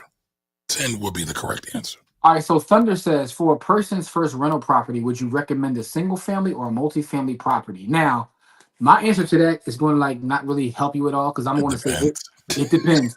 But I think that's the appropriate answer, like because I don't know what your overall goals are, what your perspective is, what kind of experience do you have. But I'm in a general, I would say multi. Well, it depends. Are you going to live in a unit? Are you going to live in one unit and rent the rest out, or are you already have? That's what I'm working on getting my son to do. That's what I think all young people should do because you got to live somewhere. And one of the things, again, this is based on my dad, right? My mom got divorced in like 82. He said the thing that saved his life was that he created, like you said, Jim, you create your life. He created subsidy in his life. So it's like, I'm going to need to live somewhere. So I'm going to get this multifamily. But to your point, sometimes you might have situations where you can't do that. So. Yeah, it's funny. I was watching the Killer Mike interview on Shannon Sharp, and he was saying that he was talking, Killer Mike be talking shit. He was like, I'm at the point now I don't care. He said, I bought enough real estate where my monthly rental income covers my life. He was like, so I'm just going to talk how I feel like talking. I was like, there you go. Respect. Yeah, he also brought up a point that I was thinking about something he said. He said, a lot of our politicians, because they're professional politicians and they don't have any business experience or any money, they fuck up. He said they get caught up in nonsense and they have to listen to people that they shouldn't. He was like, you got other folks that are independently wealthy and get office and they do whatever they want to do because what you gonna do to them? Anyway, but that's another story. But answer Thunder, the reason I'm not just going to say multifamily is because you said your first rental property, not your first property. So if you don't already own a property, right, or maybe you do own a property and you're looking to get your first rental, single family might be the move for you. But if you want to help talk this through, Thunder, if you're in the village, shoot me a message in the village. Anybody in the village, I need help. Like, I got a lot going on, but I'll try to reach out and make sure. If you're in the village, I want to help. So we could talk it through. But for me, I'm someone who loves single family rentals. And I know I'm in the minority because all across line, you got to buy you got to buy apartments. I love single family rentals. I love them. They're the most liquid and I get the most long-term tenants. So there's that. All right, Liz said. So let's say, Jim, you're 25 coming out of college.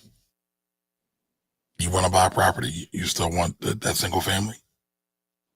Again, if I'm 25 from out of college and I'm going to buy somewhere to lay my head at, then I probably would go multi. I'm going to lay my head and want to rent the other two.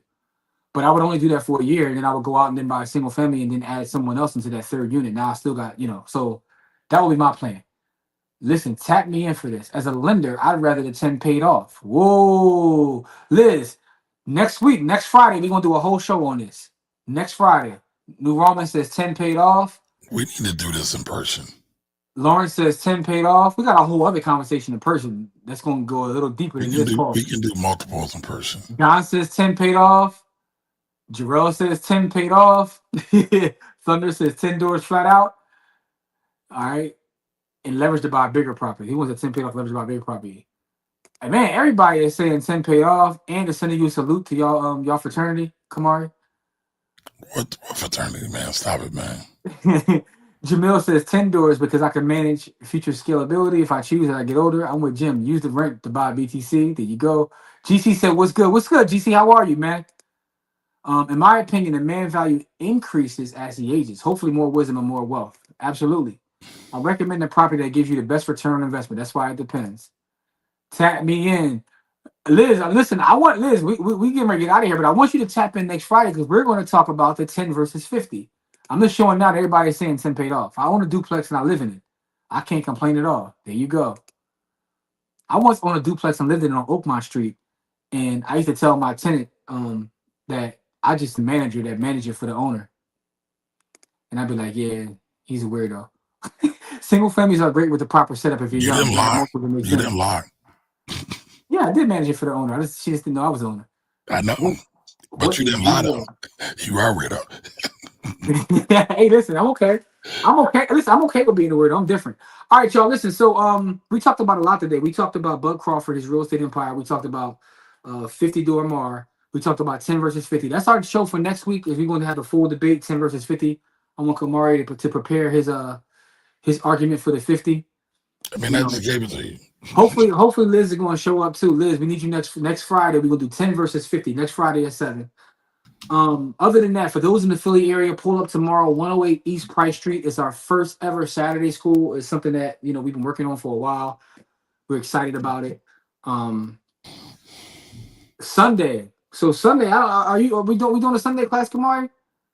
It's supposed to be. All right. So I might, if I'm on, it's going to be for a short period of time. I got tickets to the Eagles game on Sunday. Oh, so, wow. He gonna leave us for the daggone Eagles. He gonna leave us for the white man. Okay. I'm taking my nephews to the Eagles game, bro. All right. Use the nephews as a scapegoat. Put that family time on there. It's my two nephews are going. We're gonna take pictures there. This is a black wealth thing. Because all I want to do is it can't be a black ball thing unless you're writing it off, and you can't write off entertainment. You cannot. Hold up. The reason I'm saying it's a black wealth thing is because the time that I spend with them, although we're going to the Eagles game, is going to be me showing them how the Eagles Stadium is nothing but a real estate play, because that's exactly what it is. It's absolutely a real estate play. You know what I'm saying? So I mean, you ain't got to go to the game to do that. You can just drive down there. I know, but it's the experience of showing. I'm gonna show them all the commerce going on in the stadium. They're gonna enjoy the game. The $20 glizzies you about to eat. And pause, but these are my younger nephews. They never been to a live Eagles game either, right? So this is like a dope experience for them. So So here's a true confession. I've been to NFL games. I've never been to an Eagles game. Oh man, I gotta take you to school. You too. I gotta take my young boy. You supposed to be my OG. You my old head. I'm cool. Listen, man. Here's what I'm saying. Pause. But what I want to say is this though. You got to spend time with the youth, right? I don't have any kids of my own, so my nephews are the closest thing I have, and I pour into them like crazy. So this is going to be a great experience. No, seriousness, that's dope, Jim. So this is what it is, man. But if they're doing business, then can you write it off? Like, yeah, I'm saying, what entertainment is not a write-off. So you can hold on. So when I go to games, right? You can try to write off the food because the food is write-offable. It is called ordinary and necessary business expense. However, if you ever get audited, the auditor will be like, wasn't that a game? Entertainment is not a write-off. But go ahead, Jim. What's the question? I gotta ask you this question, right? So because I used to have Sixer season tickets, right? And what year? What year? Year is important. The year is important. This is what year did Embiid come to the league? Here's the craziest part about it is I had Sixer season tickets all through the sorry seasons. Once they got Embiid, I didn't have them because they tried to jack the price up, and I was missing a lot of games anyway. I ended up selling. Because the thing about season tickets is this: season tickets in baseball is even worse, but basketball is crazy. Like they be playing a sorry ass team on a Tuesday. I don't feel like going. So then it becomes a job. I gotta sell this ticket. It's a job. So anyway, the reason I'm asking this question is because most of the other season ticket holders used to have these boxes and all that, and they would talk about the boxes as a part of their business. And I'm like, they must be writing these boxes off. So Embiid came to the Sixers in 2014. In 2014, entertainment was a legit legal write-off. So that's a new rule. It changed, yes. So all them season ticket boxes that the law firms and everything still have, what do they So do with those? they still do it. They still do, but it's not a write-off. Wow. You talk about a buzzkill. I mean, yeah, but it's still, I mean, entertainment's one of the best ways to do business, right? It's great for relationships. It's still a multiplier effect. You take 10 clients to a football game. Forget the tax write-off. You'll probably do business with those 10 clients. I get that. I get that. But it was a lot of business. A lot of business did go on. Listen, one of my attorneys used to give me his tickets when he couldn't go, right? And I used to go to these. He had Phillies tickets right behind third base, and he didn't go. He's like, "Yo, you want these tickets?" I used to always take them. Damn, those are great seats right behind third base. Right behind third base. It was like he had a law firm, and I used to sit there, and I'm like, "Yo." All kinds of business took place. It really was a business thing, right? Folks being there talking about deals and land, and I'm sitting around just looking like I'm just trying to, see the Phils. But shout out to the Phils too. The playoffs start the next week. But I didn't know that, Kamari. That's interesting. That's a buzzkill. And you said entertainment. So when you say entertainment, when you say entertainment, right? So if you had like a young lady who was giving you entertainment for $60 or something like that. Come on, man. We're not talking about $40 dates, man. Is that a write-off? All right, I'm sorry. All right, y'all, listen. I need y'all to do me a favor so we can get out of here. Before we get out of here, go ahead. I want to show you something now. Go ahead. All right, in the chat, I want y'all to give me a hashtag. What is the hashtag going to be for the giveaway? We got to do a giveaway. So hashtag 50 door Mar. It says man, though. It says that you try to put Mar, they put man. See, this is, you keep trying to use AI, man. You got 50 door Mar is what it's supposed to say. AI ruined it again. Give me some hashtags. What are some hashtags for our giveaway tonight? By the way, there's an interesting video about the Atlanta Braves, right? And I had a conversation in Orlando a couple weeks ago when I was in Orlando. I was talking to some real estate folks out of Chicago, and they were talking about the job they had to do trying to value Wrigley Field. But that's not the point. The point is they were talking about, and for me, it was kind of foreign territory because in Philadelphia, a lot of our stadiums are like, got tax grants and all that kind of stuff. But a lot of stadiums across the country, which I didn't realize, is some of these owners just outright buying themselves. Yep. Like Wrigley Field is owned completely by the owner. So therefore, it's a taxable entity and it's like a full functioning business. But there is I'm going to send you the video, come on, once we get off here. Matter of fact, I'm going to bring it to the next show. But the Atlanta Braves, the Atlanta Braves, real quick, the Atlanta Braves revamped their entire business model to the point where the baseball team is almost a loss leader. They built a full community around the new stadium that includes retail, apartments, office space. The Atlanta Braves are essentially operating as a real estate company. The draw is the Braves, but they turned it from a baseball team to a real estate company. And the crazy part is, as I'm reading this and watching all of this, I'm sitting there thinking like, this is exactly what they're doing with the new stadium for the Sixers. This is the new wave. Is the team is just a part of an overall real estate play. Gotcha. That's wild. Can you imagine what those rents are going to be? All right, but listen, Jim, I'm making an executive order. Sorry. Okay. It's got it. So I want to give Jigga the credit though. He said hashtag Tracy. Okay, that's all right. There you go. It's with an I. So it's with an I, but yeah, that's got to be it, man. Because you know what, Liz? Hold on. Liz didn't see it. I don't think Liz saw the video.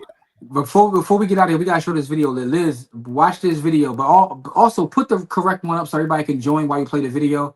The correct one is our sister, TRACI. Man, listen.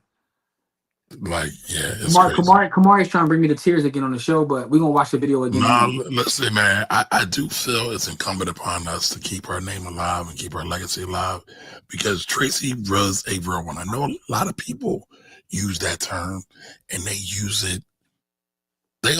it, right? But she really was. So listen, man, I tell you, the wife and I were talking about Tracy literally last night as we were looking at Tracy gifted us a custom-made Monopoly game. And I was like, man, like, it is what it is, bro. I gotta share that with my socials now, because I gotta get that off my chest. Yeah, listen, by the way, we gotta include Liz in that Monopoly set. Yes. In the game. But all right, so here, I'm gonna share the right one. I didn't share the right one with you last time, Jim. I'm gonna share the red one with you now. Pause. Why is this a plausible number, man? What you just said sounded crazy. That we instill that in our networks.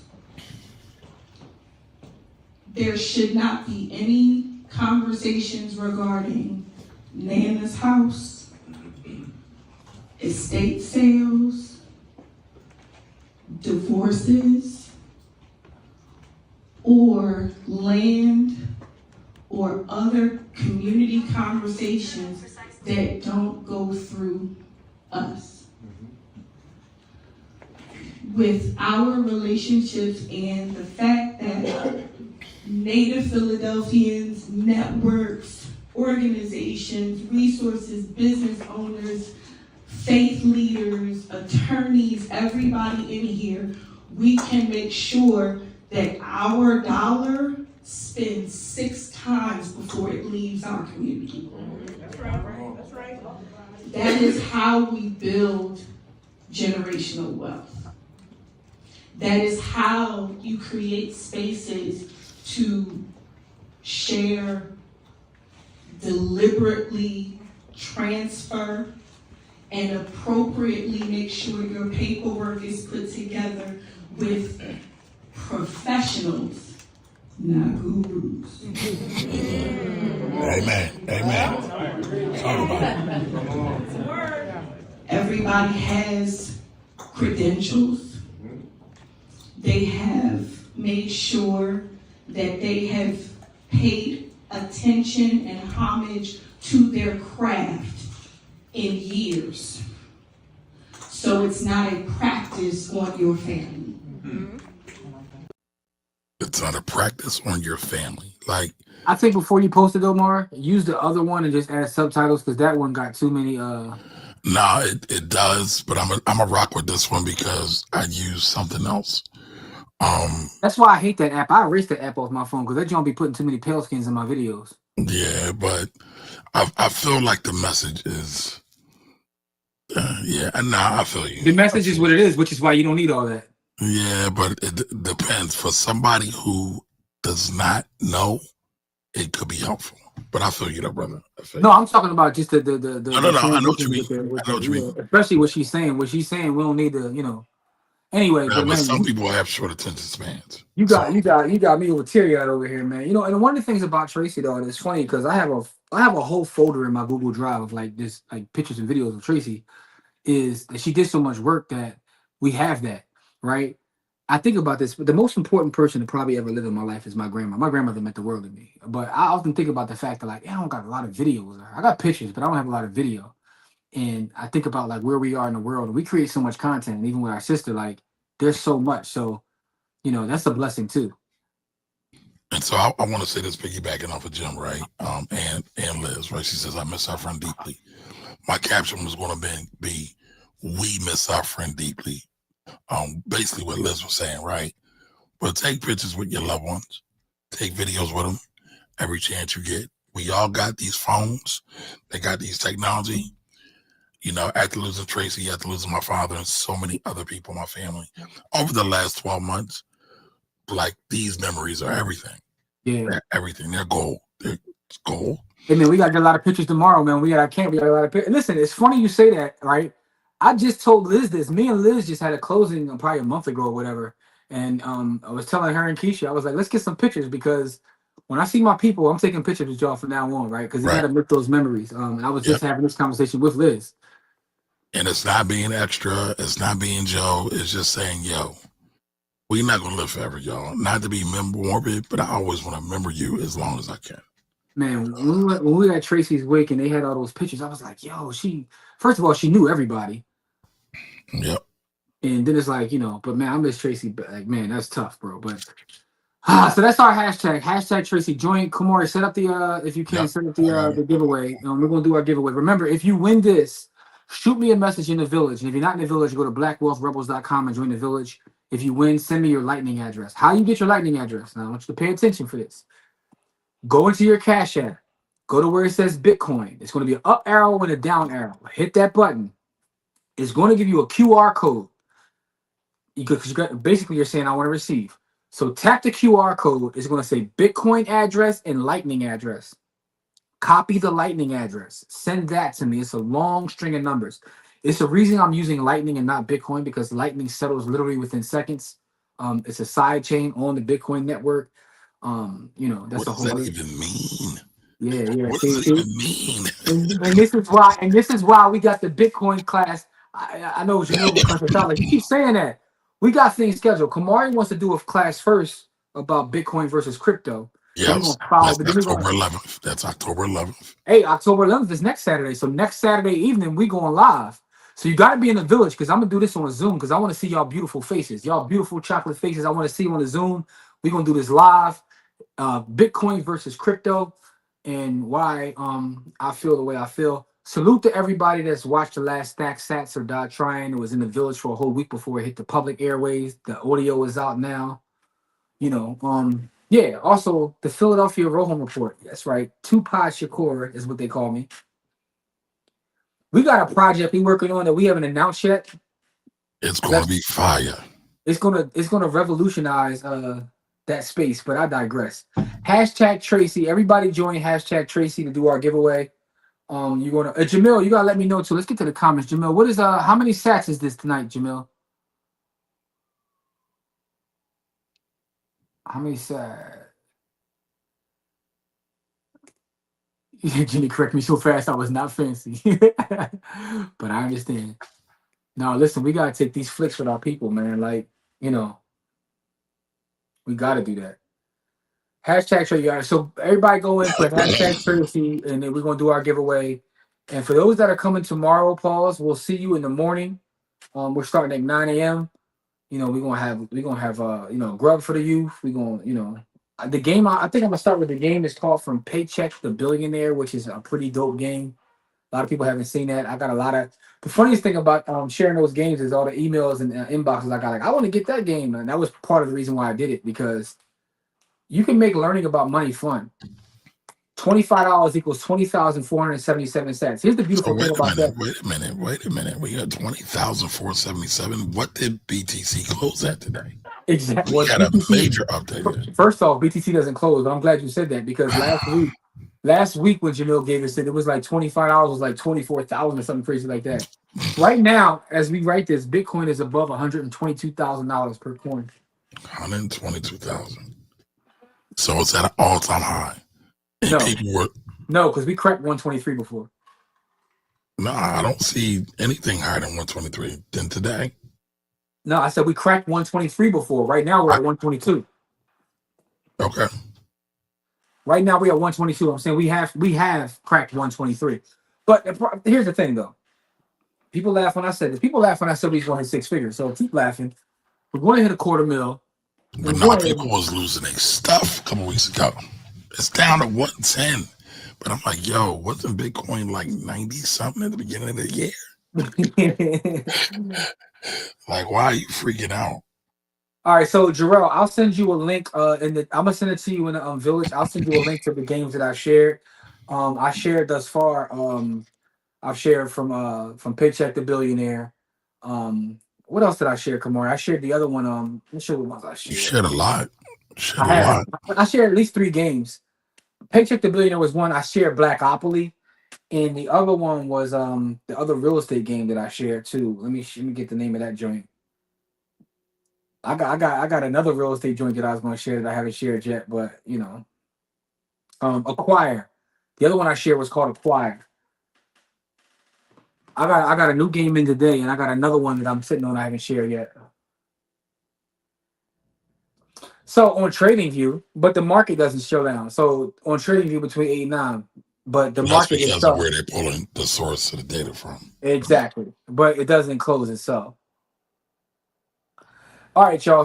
So Kamari, whenever you're ready, man, I'm not gonna wait for a certain number, man. That's just whoever's here. I'm feeling some kind of way about these numbers, man. How many people we got in the room so far? We got. I mean, everybody always doesn't sign up for the giveaway because a lot of our folks got money already. Oh, that's what it is. Everybody's rich. Yeah, I mean, when I say they got money, they got money. They got money. They got their own money. Yo, shout out to Quinta Brunson. I feel bad for her because Why? Well, because she got divorced and she has to pay that troglodyte. You know. Oh, she got divorced. Well, yeah, but she has to pay spousal support Oh to. man, I know her sister. Let me stop. Whoa! That's not where I thought this was going. Let me stop. No, Quinta is super dope. Super dope. But she got to pay spousal support to the 6F husband or ex-husband. That's crazy to me, but That's okay. that's black wealth being lost. Hey, I mean, that's one thing Umar gets right. All right, y'all. Hashtag Tracy's the giveaway. Don't forget, send your lightning address to me in the village. I will make sure you get taken care of within the next. I gotta go to the village anyway. Send us a couple board games out there, so I'm gonna do that as soon as I get off here. But just make sure that you send me your lightning address because if you win, I want to pay you out tonight. You know, let's get to it. Like again, Let's draw. Let's go. All-time high is 123, 244, 82. Thank you. What's the date on that, Miss Maui? What's the date on that, Lorraine? Thank you. Miss Maui won. Look at that. Salute to our sister, Lorraine. Oh, Lorraine, I saw you that message you sent me too. I didn't ignore you. I forgot to answer. You had it was a question you had asked me. I forgot about the stable coin.